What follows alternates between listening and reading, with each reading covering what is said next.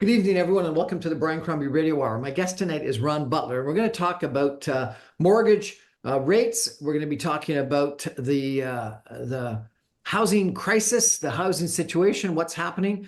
Ron Butler is the founder and president of Mortgage Broker. He's been in the mortgage broking business for a couple of decades.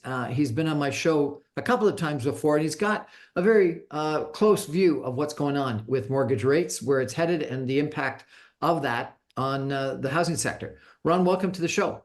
Thanks, Brian. Glad to be back. My pleasure to have you back. So, sir, today you said the future mortgage rates in Canada the next 6 months anyway. What do you think is going to happen in the next 6 months anyway? So next 6 months, the Bank of Canada continues to cut rates. It doesn't have any choice. The economy is weak. Unemployment will continue to grow. It could, at some point, surprise us on the unemployment side and have some unfortunate jumps and increases in unemployment. Appears to be the reality of our situation. So the bank will keep cutting. They'll cut on December 11th. They'll cut a few more times, maybe as many as 5 more times next year in 5 more times. Sure. Well, the cut on the 11th is a lock. So we're really only talking about another 4 or 5 in the next year. Look, initially everybody thought that when the bank started cutting, the Bank of Canada started cutting, that the Bank of Canada governor would end up at about 3%. That's been completely revised now, and the thinking is 2.5 is the number he'll get to. So to get there, we got some cuts we got to go through. It's as simple as that. And that's because what, inflation is lower than we thought, and we're actually worried about deflation now? Well, no, it's not. It's not so much an inflation story. Inflation will probably actually edge up a tiny bit. Remember, the last report was 1.6. That's a very low number. It's way down. It may edge up a little bit. It may get into the 2% range again. However, the economy is on an obvious downward skid. The Bank of Canada governor recognizes that and understands that there's just a need to put some stimulus into the economy. So we will see lower rates. And you think this is going to do what to housing prices? Hard to say. It depends how bad unemployment gets. It depends how weak the economy becomes, because it's really very unusual in an economy that's showing obvious signs of stress to have people say, well, wow, this is the time for you to buy a house. Hey, I get it. The lower rates do encourage people. We had very high rates for a long time, 5%, 6%. Now, some people will stop and say, wait a minute, Ron, you're crazy. My dad had a 18% mortgage once, which is true, but the price of his house was only $189,000. So that's a big, big difference than today. So the reality is we need rates that are in the 3s and 4s just to function as an economy. And we're going to get them, but it'll be tough to push back on people who want to buy a house. We have already seen a bump in house sales, significant jump in October. We'll see another jump in November, both here and in Vancouver, both in Southern Ontario and Vancouver. Quite a jump, 45% in the TREB system. So that's a good jump. It's off a very low number. It's off a tremendously low number, and the summer sales were just awful in the TREB system, which is the biggest real estate board in Canada. But the condos are still going to be in trouble. Still going to be a lot of trouble with tiny condos, dark rate condos in downtown Toronto. That's not going away. But for low-rise houses, for single families, towns, semis, there's going to be a resurgence in sales. There just has to be, because people have been putting it off. But are prices going up? You're saying volume is up, but what's happening with prices? No increase, like a tiny, hardly noticeable 1%, 0.5% alteration, which could just retrace itself next month. No jump in prices per se, but certainly volume up. I get emails probably every day about price reductions. Sure you do, absolutely. Price reductions, that falls into 2 categories. The unfortunate people who are dealing with this disastrous, calamitous downtown Toronto condo crisis, where there's 40,000 tiny condos coming on stream, completion they started 5-6 years ago. They're coming to completion in the next 18 months. There's a glut of them. The price 40,000? Seriously? Yeah. 40,000. 40,000 brand new condos in 416. Yes, absolutely. But they're not on markets to be sold yet. They're coming, is what you're saying. They're coming. By the way, they're all sold. Like 90% of them are sold. They're sold to people who bought them pre-construction. Okay. So that's not a question of sales. Like in theory, the sales have happened, but the pricing is all completely mismatched. You know, there's people who spent 1,400 a square foot. I was watching a video on the Nobu building, which has come to completion, and most of the buyers who are well-off buyers did complete their on that new construction phase, and they're 1,400, 1,500 a square foot, and they'd be lucky if they could get $1,000 today. So they're nicely appointed condos, but there's just no market for it. So they've lost already 30 to 40%. Sure, absolutely. And that's just reality. Also, there are people who bought at incredibly high prices in 2021, like mind-boggling prices in Durham and in Peel, parts of Peel, and also Halton. They were incredible prices. York County, there were just some bidding wars where people were bidding up $400,000 on a single-family home back in 2021. Those are just mistakes. They were mistakes, and now it's coming back to haunt them if they try to sell it. But they could just hang into the house if they have to. But right now, some of those are down. But believe me, prime properties in Oakville, Mississauga, Toronto, prime low-rise properties in great neighborhoods, they're not really down today. They're just not. Okay, it's the stuff at the very edges that are down. Hamilton, Niagara. Stuff that was all paid too much. People paid too much in 2021. They're down. So, you've been on my show before and you've suggested that the long decade of very low interest rates was the major cause of this run up in prices. You also suggest that, government regulation and the time to get approvals was also a contributing factor. But if we go back to 2% interest rates or 2.5% interest rates, don't we risk the same thing, massive asset inflation? Good point, but we're not going back. I mean, the best variable rate you'll be able to get next year is probably going to be around 3.45, 3.7. That's not 2%. The best fixed rate you're going to get might be 3.89 next year. We're not going to go back to the super low rates. I mean, every banker in the world, every central banker, every government in the world understands that the zero interest rate program is very, very dangerous. The thing we went through for a decade, it's dangerous. And hey, we just had an election in the United States, and a contributing factor to that election was young people were really, really, really mad about high mortgage rates. And now there's going to be a new president. So it's not saying it's the only reason, but it's one of the reasons. So you think interest rates are coming down? Another reason in Canada, there'll be a change of government in Canada eventually. You think interest rates They're coming down, but they're not coming down to 2%. Okay. And so you don't think we're going to have 2%. massive asset inflation again? No, not the way we had now. We're not going to see we're not going to see 399, 349, 299 rates. We're not going to see any rate that starts with a 2 in all likelihood for the next several years, unless there's a catastrophe in the economy.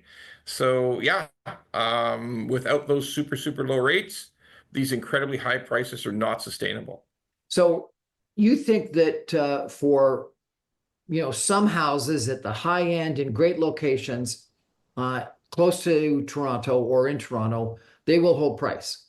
But on the periphery and or lower priced product, there's some depreciation that's going to happen? Well, in that tiny condo market, the depreciation is well underway. It's not going to single family. Let's talk single family for a second. Single family right now in good locations and good neighborhoods in central Toronto, Mississauga, Markham, Richmond Hill. There's very little price depreciation versus today. Like today, moving forward, you'll see very little price depreciation. Brian, the reason for that is we stopped building houses in GTA. We haven't built an actual, I'll give you an idea. In 2023, which wasn't that bad a year for new construction, 81% of all new units built were high-rise. All new construction starts were high-rise. Only 19% were considered low-rise. So we haven't been building any any number of new. Here's something that'll startle you. In the 416, if you project forward 416 into 2029,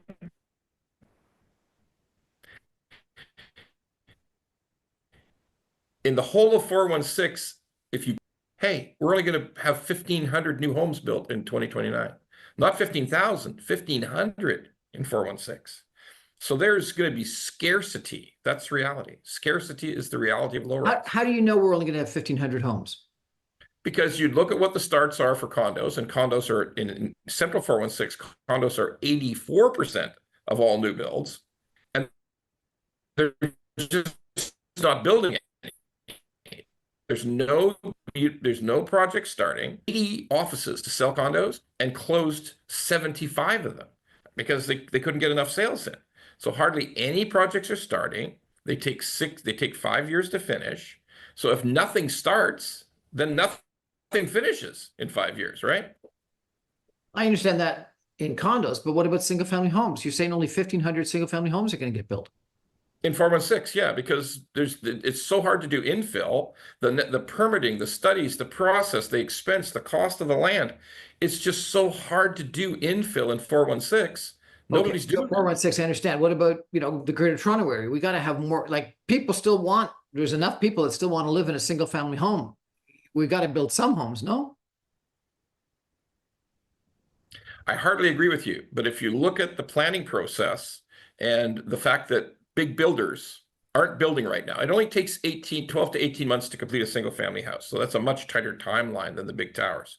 But there's no builder building right now. There's some builders building in Peterborough and Lindsay and a few in Brantford but building in 905, if you drive past construction and projects, like for instance, every day on the QEW, I drive past a townhome project as I come from my home to my office in Etobicoke, and the sign has been up that there's going to be townhomes built there for 3 years now. Right at the They haven't even dug a hole. They haven't even dug a hole in the ground yet. Pure Ontario and the QEW. Yep, that's right. You know the place, Brian. You know the place. They haven't even put a backhoe in the ground yet there. So just not happening. Why?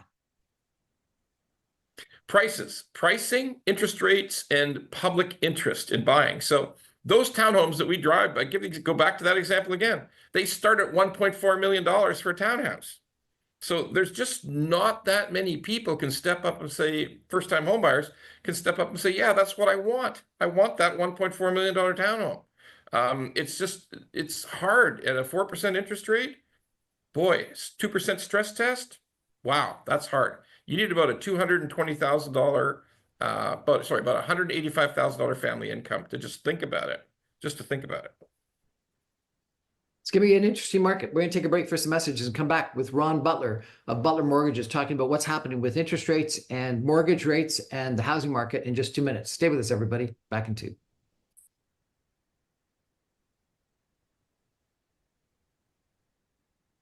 Welcome back, everyone, to the Brian Crombie Radio Hour.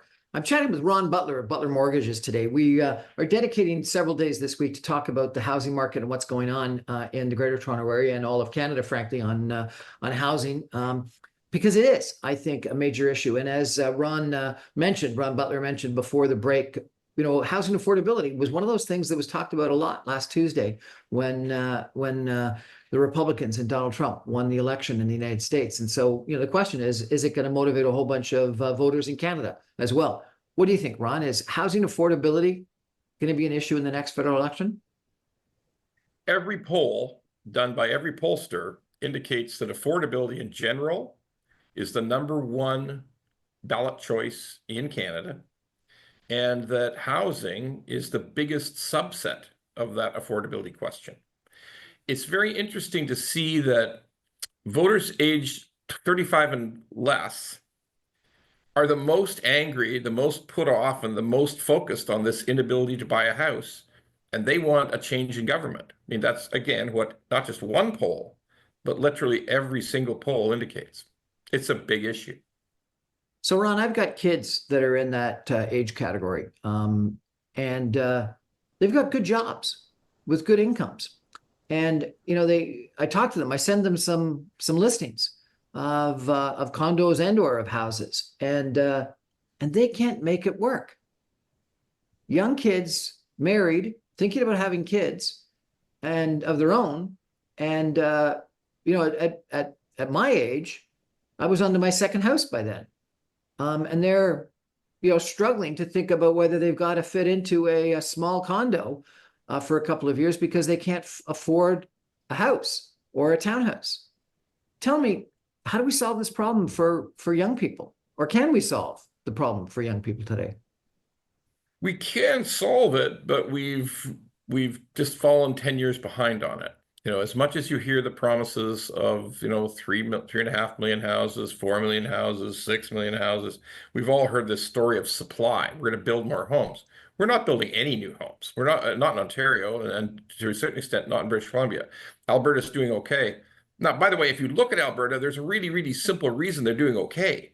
They have very little regulation about opening up brand new land for housing.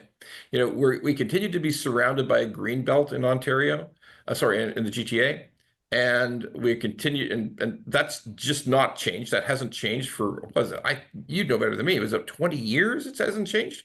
It's been the same. We're effectively created an island in the GTA where you can't build past those shores. And this is an incredible disaster for young people because if you create scarcity, as we've just discussed, if you create scarcity in low-rise housing, the prices only go up. They can never come down. If there's so few of them, how are you going to get lower prices? So until we really and truly dedicate ourselves to building far more homes, and that involves major change, huge regulatory change, and most critically, massive reductions in municipal taxes on new builds. 30%, 30 cents out of every dollar on a brand new build in the GTA goes to tax. And almost all of Southern Ontario, 30 cents goes to tax. 30%. 30% goes to to taxation on That's new correct. On brand new, yes. So if you're the builder, you're looking at still extremely expensive land because the green belt creates an ocean effectively around the GTA that you can't build on. So you have very expensive land. You have massive taxation for new builds, huge. And then you've got fairly expensive, still to this day. Lumber's come down, but trade prices haven't come down that much. In other words, pretty expensive square foot to build.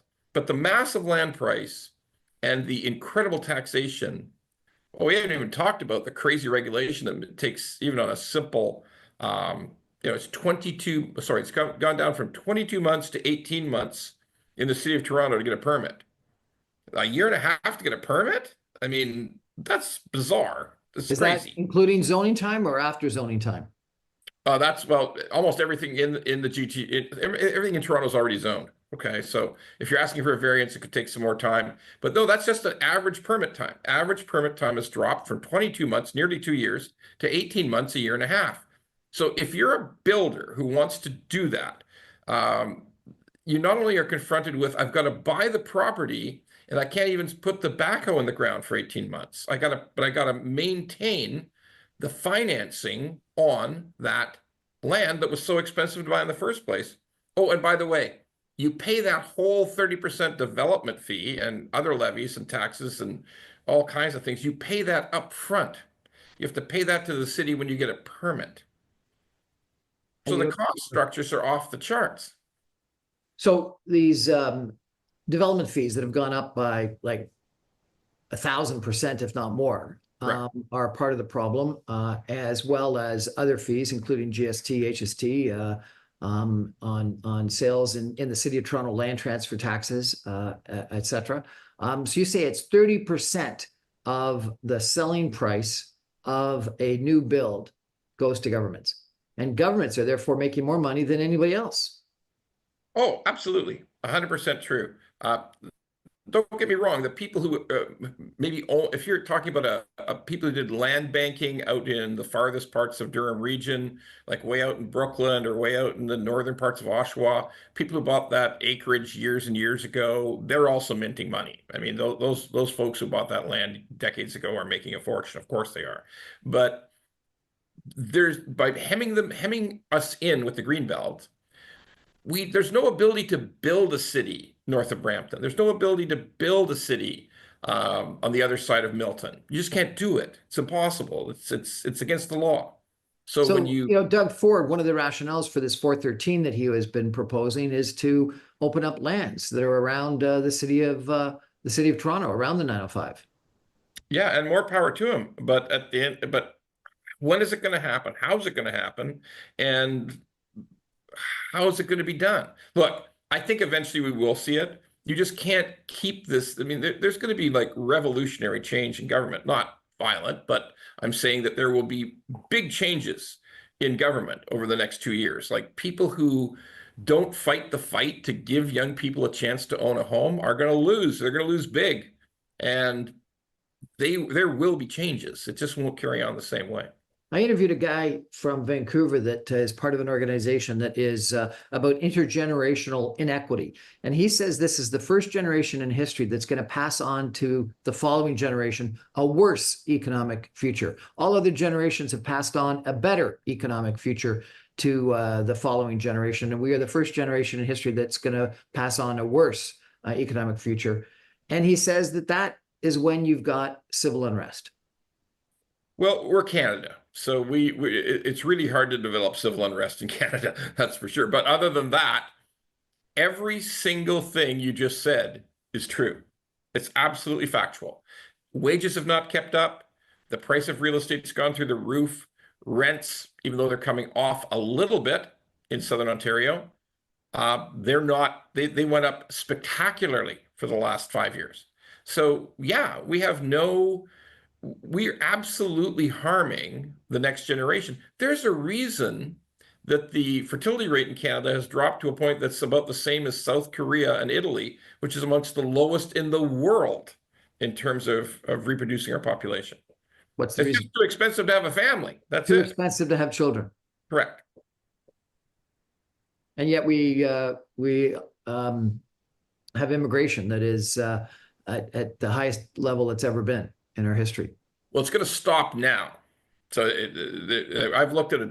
Now, the one problem we have is we don't keep track of people leaving Canada. We're one of the few countries in the world that's not on a visa basis, on a passport basis. We don't keep track of who's leaving the country like other countries will do. So there will be some people who overstay their visas. There's no question. But there's, all the permanent residents we're going to add in the next 2 years, they're all already here. That's a fact. They're here. They came in under temporary workers. They came under foreign student. So we're not going to see, the government actually estimates tiny reductions in population for the next 2 years, like about 20 or 30,000 people less every year for the next Really? 2 years. Yeah, Okay. that's correct. Um, No, the government realized they stepped in it, and they're trying to crawl their way back. in London, England, they've got a green belt, and they've kept that green belt. But what ended up happening is a whole bunch of towns on the other side of the green belt developed. You don't think that will happen in Canada, in Toronto? Well, if you look at the green belt that surrounds Toronto and Hamilton, you'll see that the distance you have to go for these new towns is rather considerable. Yes, it is in London too, I agree. But the other consideration is to get those new areas zoned, set up, put into the system, and get not just a highway to them, but to get all the necessary water treatment plants and to get all of the infrastructure to those new places, which, by the way, none of them have been picked yet. There is no new city designed to be on the other side of the Greenbelt in Milton, or the other side of the highway in Milton. There's no such place yet. The average estimates of planning just to get the infrastructure there is about 8 or 9 years. So we're a long way from getting any help on that score. So is the green belt a bad idea? The Greenbelt as it's static today for 20 years is a bad idea. Like there's roads you drive up in Brampton on the edge of the Greenbelt where there's massive developments of fairly new, quite nice looking townhouses for blocks and blocks and blocks and blocks.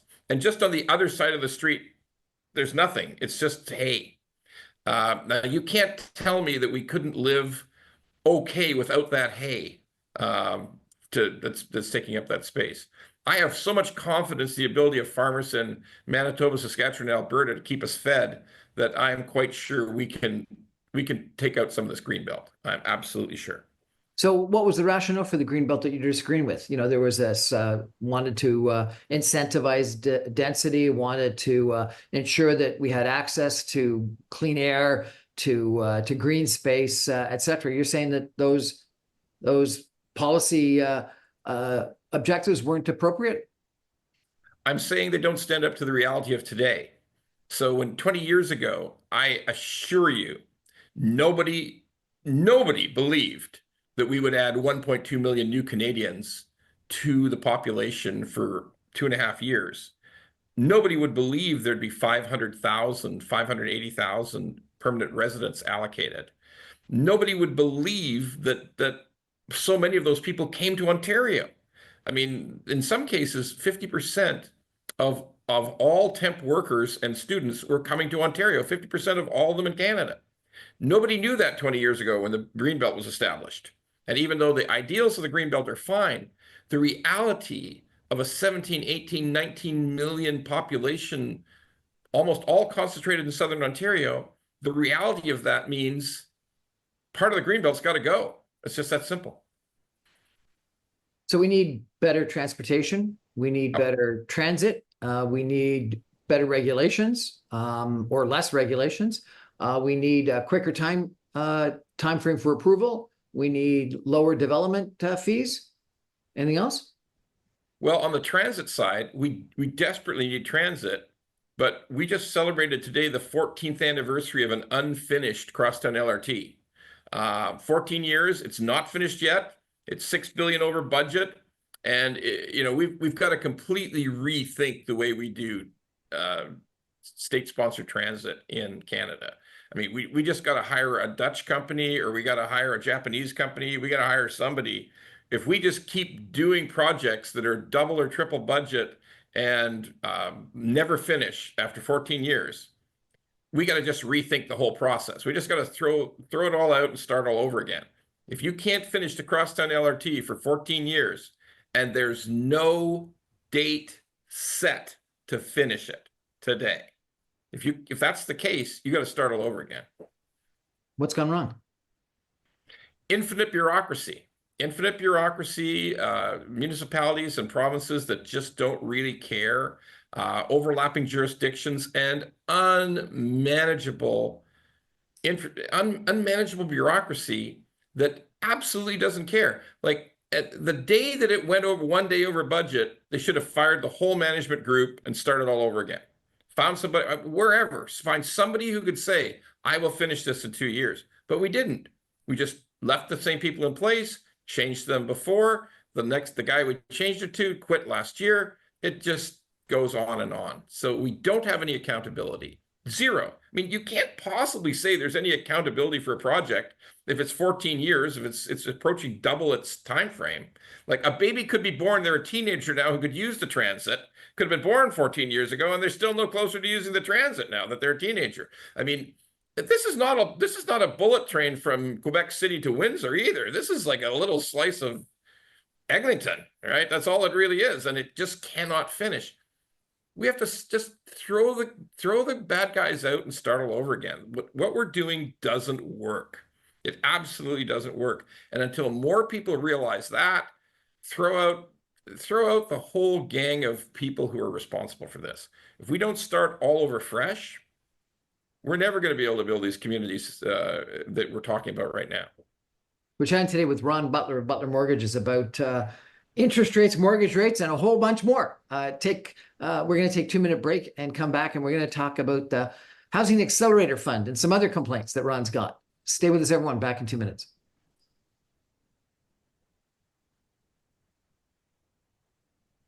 Welcome back, everyone, to the Brian Crombie Radio Hour. My guest tonight is Ron Butler. He is the head founder of Butler Mortgage. He's been in the mortgage broking business for a couple of decades. Ron, we've been chatting about interest rates, mortgage rates, housing prices, housing volume, the green belt, et cetera. And I want to come back and talk a little bit about condos because I think that's a big issue that a lot of people are interested in. But a couple of days ago, you wrote, the Housing Accelerator Fund, our federal government signature housing program, WTF, is going on with it. What do you think is going on with it? Well, it sure is. There's absolutely no way of knowing what's going on with it. Mysteriously, CMHC, who administers the program, cannot tell us if any of the goals are being met for most of the municipalities involved. There's a few good municipalities, some of them, unfortunately, very, very small, who do decent reporting on it and talk about whether they're meeting their goalposts in terms of getting the money, and they're doing the things they need to do to speed up approvals and release more land and do all the things they promised to do to get the money. But there's some reporting that doesn't even exist. I mean, nobody can tell you right now whether the city of Toronto has hit their benchmarks in terms of speeds of approvals, reduction of red tape.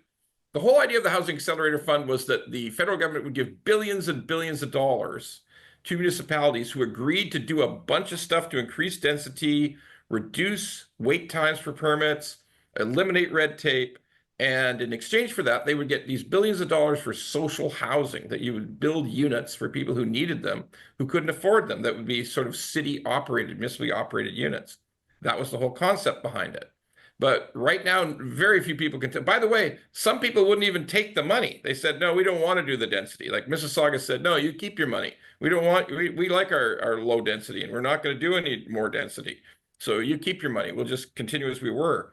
So Well, you I thought got Mississauga took the money. I thought Mississauga took the money and Oakville didn't. No, Mississauga never took the money either. Mississauga, you had to increase to get the money. You had to increase density to single family up to 4 units, and Mississauga refused. So they're not getting the money. Neither's Oakville. You're right. Oakville's not getting the money either. Windsor's not getting any money for that matter. They refused to do it too. You may be right. My memory is that they initially turned it down, and then the former mayor came back and used the strong mayor powers to actually get that money. Well, I think the new mayor has reversed it again, because we all know that there is going to be no open zoning on single family lots for 4 units. We both know that that's dead as a doorknob. And so that was one of the key features of the Housing Accelerator Fund. Look, at the end of the day, it's great to give money for social housing. Like, I'm not opposed to it. But if the real concept, the promise of it all, was that we'll have transparent change to municipal zoning, to slow wait times for permits, to massive red tape, that we're going to set benchmarks by which all of that stuff's going to be greatly improved. None of it's improved. I mean, I got a guy who's in the process of building a 4-plex off the Danforth in downtown Toronto. And when he was required to increase the capacity of his water main, he had to wait 8 weeks for the province to send an arborist to see if it was going to might touch one of the roots of the trees that was on the property. Like, that's actually crazy. I mean, that doesn't make any sense to me. We're gonna create an 8-week delay on needed housing that Toronto wants to measure whether we're going to touch the roots of a tree or not. I mean, it's absolutely nuts. Now, I know there's people who tell me, no, Ron, that's really important. We got to do that. We got to save these trees. Okay, all I know is that when you and I came to Mississauga, Brian, they took whole farms down and just rolled over them, cut all the trees down and built houses and put some more trees back in. Guess what? Those houses are still there to this day. We're living in them. Okay, so something worked in the past, and it's definitely not working right now. There's no question about that. You commented about our energy policy in Canada a couple of days ago. And you're saying our government is saying, get out of the energy business. Absolutely. Yeah. That? Well, it's just factual. I mean, if you study the most recent sets of legislation about energy in Canada, the latest proposal is that we would cut emissions by 30% by 2030. And that would absolutely require reducing production. We've done a magnificent job in Canada, by the way. For the last 20 years, we've almost doubled energy production in this country with 0 additional emissions. 0.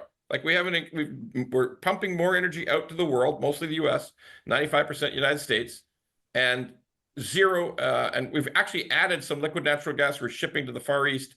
But we haven't increased emissions at all, but the government still wants to throttle it back even more. I got news for everybody in Canada. Energy in Canada, selling energy in Canada to other countries, is the reason we can afford healthcare. If you cut energy, you cut healthcare. That's reality. That's the greatest source of income for government in this country, other than taxation, is the sale of energy to other countries. And if we're going to drastically cut it, hey, let me just put it to you this way. In China today, they build a new coal-fired energy plant every 3 weeks to this day. Now, coal is like, by the way, in another few months, I won't be able to say this because it might be against the law of they're putting a new act through Parliament. You won't be able to point out that coal is worse than natural gas. That won't be allowed in Canada eventually. That's another one that's going bad. But the reality is, if we ship them more natural gas, they wouldn't have to build as much coal. Coal's the worst. Excuse me. And the new administration in the United States is thinking about making it easier to look for whether it's coal or gas and ship it. Well, one of the things that the new president said in his acceptance speech after the election was, he said, "We're going to drill, baby, drill," because there's massive fields in Alaska that can be drilled. In some cases, there might be as much reserves as Saudi Arabia in Alaska, and on the other side of Alaska in the ocean, the Arctic Sea, and they want to drill. That they can put pipelines easily across Alaska, well, not easily, but more efficiently, and they can ship that natural gas and ship that energy all over the world. But at the end of the day, Brian, we've reached a crossroads in our economy. We don't build a lot of stuff in Canada anymore. Like, you know that. You're a guy who's watched the industrial manufacturing scene for many decades too. We don't build as much here, where it's all branch plant factories.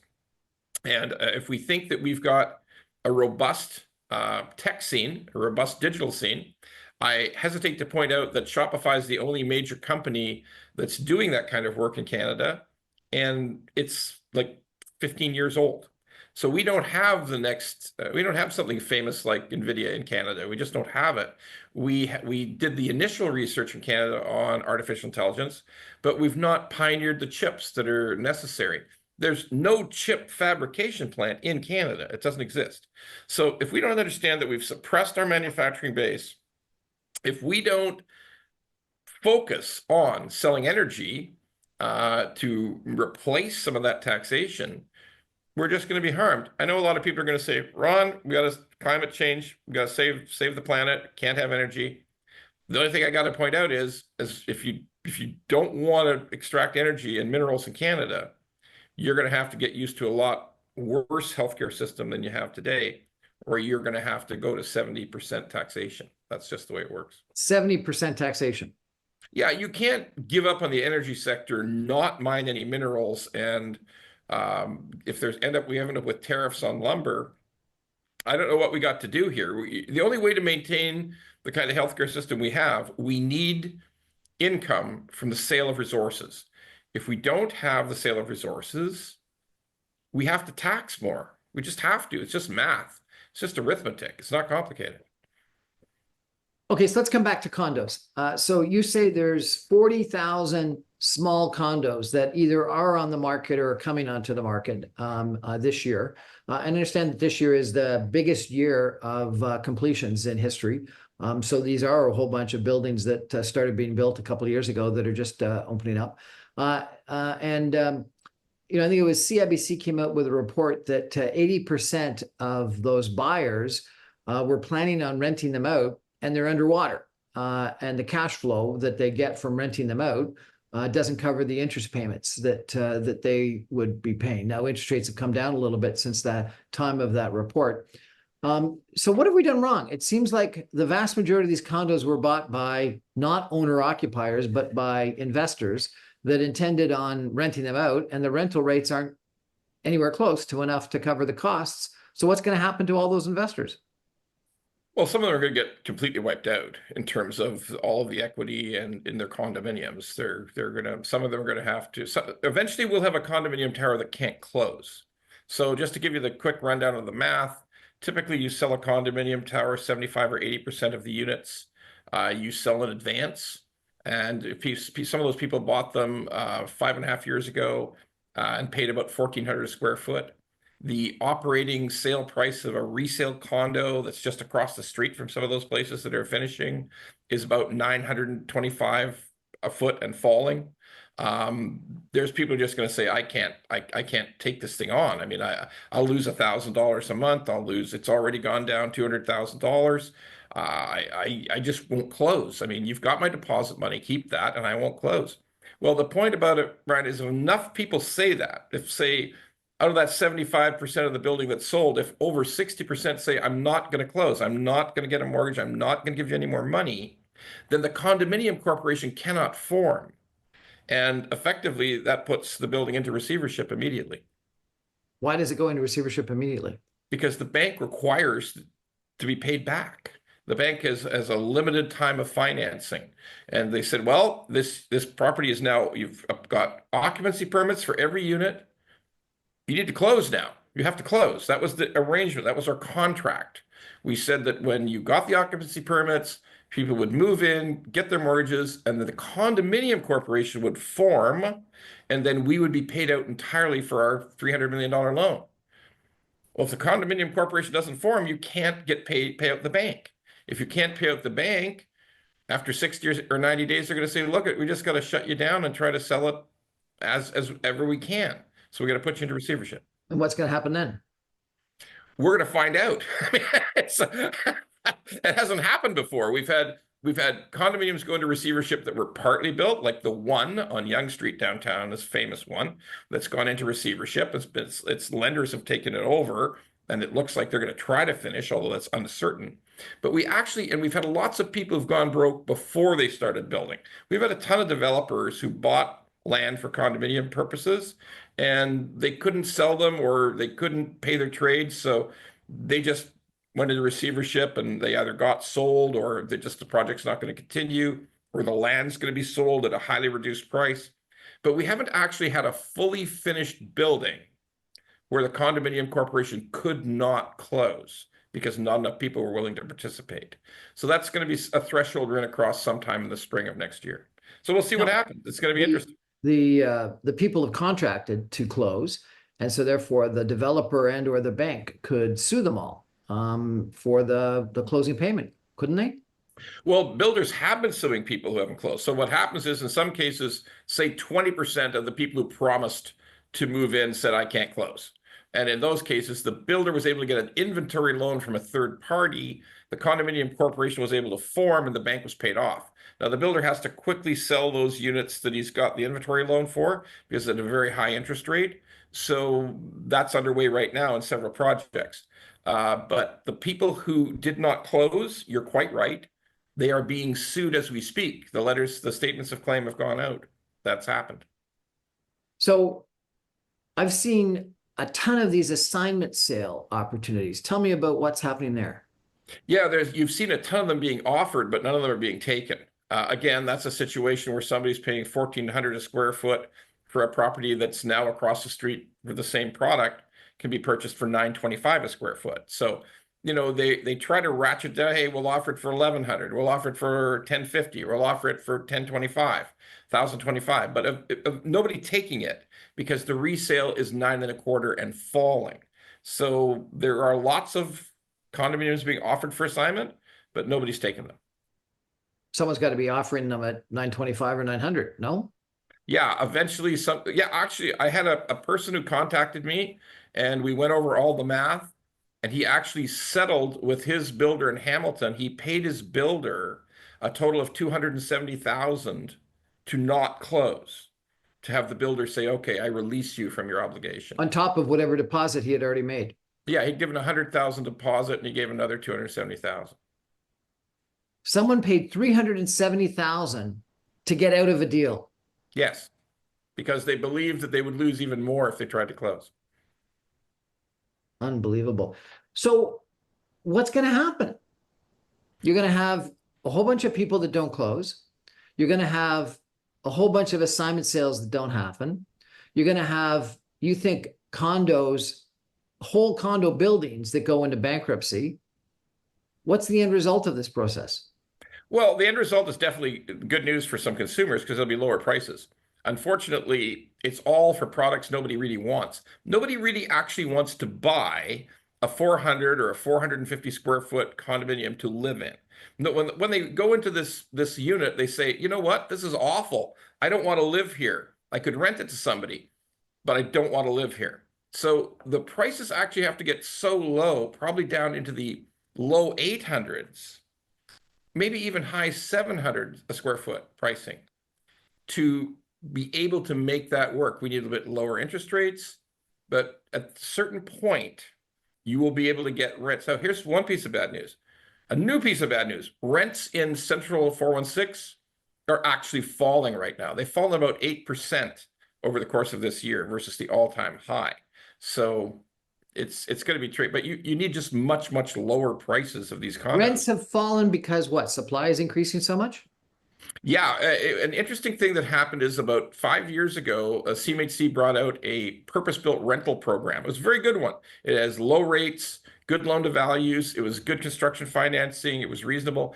And we have actually had a building boom of purpose-built rentals, both in the 416 and in the 905. So they're all coming to completion in the last year and next year. So we have a lot more of those. And we also have a kind of a constricting economy, where you've got people who say, well, I can't afford my condo anymore. I'm going to go and be a roommate somewhere. I'm going to move back in with my parents because I just can't make it work. I'm not getting the same amount of overtime. I'm not getting, my Uber job. I'm not getting enough rides or whatever. And I can't keep up my own place anymore. So we're having all those economic factors press down on rents. I've heard that there's a whole bunch of condo projects that have been put on hold because of the situation that you've just described. Are we therefore going to have, this incredible oversupply for the next year or two, and then an undersupply? Yeah, remember in 2029, we only have 1,500 new builds opening up in the whole of 416. Like in all of 416, there's only 1,500 new homes that, based on today's numbers, there's only 1,500 new homes that are going to open up in 416 in 2029. That's So you're it. saying we're going to have a drought in supply coming in 2029?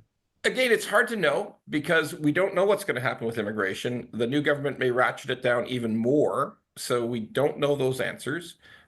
We don't know if the new government's going to force change in the municipalities in these development fees area. There's a lot of things we don't know, so it's hard for me to predict. Like anybody who wants to predict 5 years out needs to scratch their head. That doesn't make a lot of sense, okay? But there is definitely, we know it. There's scarcity in low rise. And if there's scarcity in high rise, that ain't a good thing either. But a lot of things can happen in the next 5 years. We're going to take one final break and come back with one final quick comment from Ron Butler after a break. Stay with us, everyone. Back in 2 minutes. Welcome back to the Brian Crombie Radio Hour. We've been chatting with Ron Butler of Butler Mortgages. Ron, I got to ask you one final quick question, if I could. You didn't post this; you just repeated someone else's post. But you said in a post, or the individual that you repeated said our national debt is at an unsustainable level. What do you think the implication of that is? Well, yes. I mean, we have a tremendous combination of consumer debt, mainly mortgages in Canada, combined with provincial debts. Like in many states of the United States, they have balanced budgets, are part of their constitutions, so they can't take on much debt. But on the other hand, Ontario is the most indebted non-sovereign place on earth. Like the only people who carry more debt than Ontario are actual countries. There are no states of the union that have Ontario's level of debt. There just aren't. So, we are a very indebted country. And if higher interest rates come back, if Trump's proposed tax cuts maintain in the States, we may see inflation return, and that inflation may stimulate some higher interest rates in 2026 or 2027. And we can't handle high interest rates on a permanent basis in Canada. We're just too indebted. And that could radically change our whole existence here in this country. So Elon Musk is saying a 2 or 3 trillion reduction in the U.S. budget. Do we need a similar kind of attack against the budget in Canada? Oh, yeah, absolutely. Like 100%. We have CRA has more employees than the entire active armed forces of Canada, all branches. We have 50,000 employees at CRA.